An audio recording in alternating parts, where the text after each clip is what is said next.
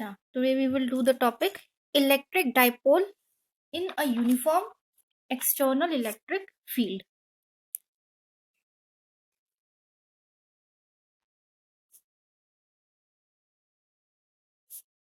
Electric dipole in a uniform external electric field.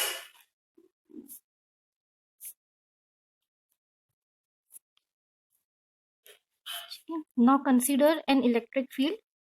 This is the direction of external electric field. It is a uniform electric field and the direction of electric field is along the positive x-axis. अभी इसमें हमने एक dipole रख दिया,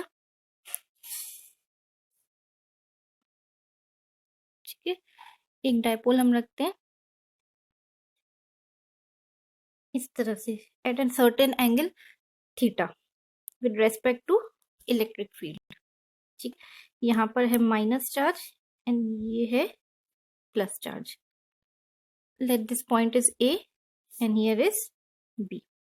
So dipole moment का direction of course minus to plus charge. So this will be the direction of P.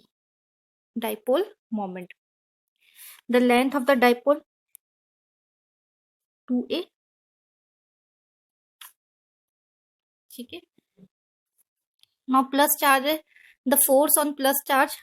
अगर positive charge है तो हमें पता है कि इलेक्ट्रिक फील्ड और फोर्स जो उस पर लगता है, इलेक्ट्रिक फोर्स, कूलम्ब फोर्स, दोनों का डायरेक्शन सेम होता है. और अगर नेगेटिव चार्ज है उस पर जो फोर्स का डायरेक्शन होता है that is opposite to the electric field.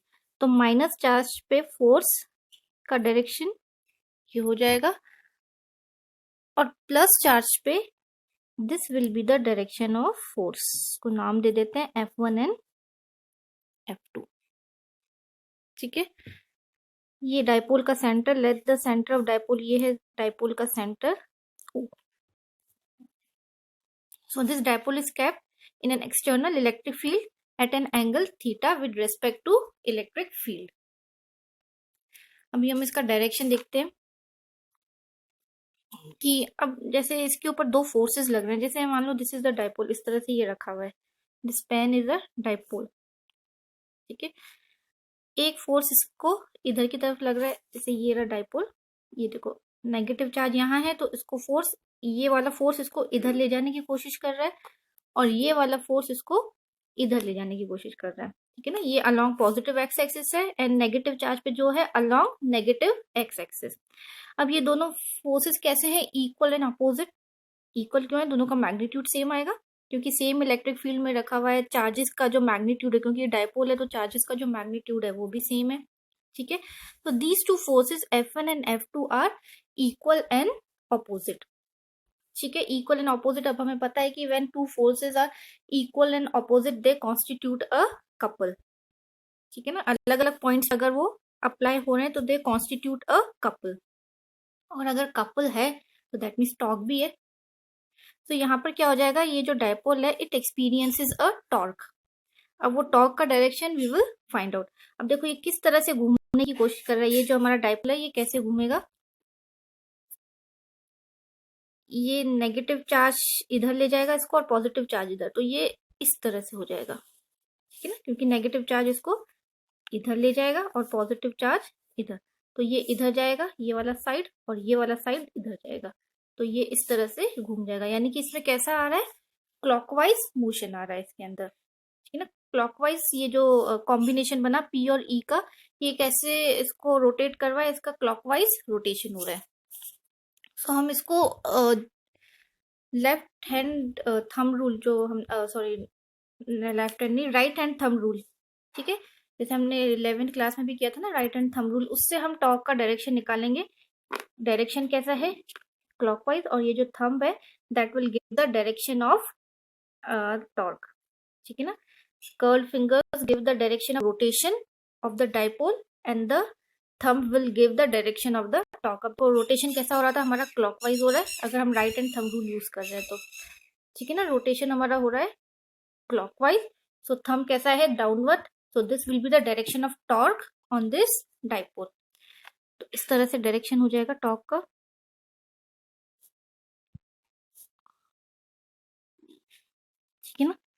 ये डायरेक्शन किसका है, P क्रॉस E, ठीक है, और this is the direction of torque. This thumb will give the direction of torque.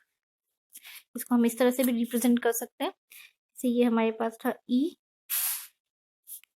this is the direction of P and there is an angle theta between E and P. ठीक है ना, ये E था और ये P, इनके बीच में angle is theta. और टॉर्क का डायरेक्शन कैसे, और ये कैसे हो रहा है, इसका रोटेशन क्लॉकवाइज रोटेशन हो रहा है. So the direction of torque is downward. This is the torque. This is the direction of torque. Now we will find out the value of this torque. इसका मैग्नीट्यूड कितना है. First of all we will find out the force acting on the dipole. कि इस पे total force कितना है. Force acting on dipole. अगर F1 बोले, F1 is equal to minus Q E, ठीक है ना. F1 is equal to minus Q E and F2 is equal to plus QE. Total force in the system, F is equal to F1 plus F2, vector addition. So minus QE plus QE, that is equal to 0. That is the net force acting on the dipole is 0 in a uniform electric field. ठीक है ना, अगर एक uniform electric field में रखा है. So the net force acting on the dipole is 0. Now we will find out the torque acting on the dipole.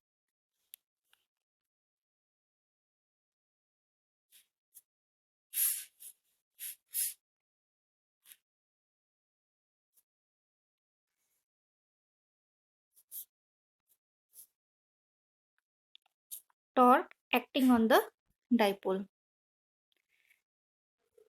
So torque की definition क्या होती है. The torque is equal to magnitude of 11th class में हमने किया. Torque is equal to magnitude of either force into perpendicular distance between two forces. Between two forces, ठीक है. Magnitude of either force that is F, क्योंकि दोनों force equal है, ठीक है.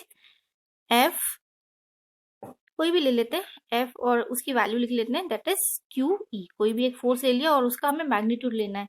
माइनस और प्लस नहीं लेना, सिर्फ मैग्नीट्यूड लेना है. Into perpendicular distance between two forces. ये था F2, ये था F1. इनके बीच में हमें परपेंडिकुलर डिस्टेंस लेना है, यानी कि ये वाला डिस्टेंस, ठीक है. परपेंडिकुलर डिस्टेंस, ठीक है. So if this is the angle theta, ये अगर थीटा है तो ये, और हाइपोटेन्यूस ये हो गया इस ट्राइंगल का, ये जो राइट एंगल ट्राइंगल बना, this is the hypotenuse. Hypotenuse की लेंथ है 2a. सो ये हो जाएगा 2a cos theta and this is 2a sin theta. So the perpendicular distance between F1 and F2 is 2a sin theta. इसको rearrange करेंगे. 2QA एक साथ ले लिया, E sin theta. So 2QA is the dipole moment, PE sin theta. Let it be equation number 1. ठीक है. अब ये कैसा है, साइन प्रोडक्ट है, P sine theta. That means ये कैसा है, क्रॉस प्रोडक्ट. तो उसको अगर हमें वेक्टर नोटेशन में शो करना है तो tau is equal to P cross E. Vector notation में इस तरह से हम इसको टॉ को रिप्रेजेंट करेंगे.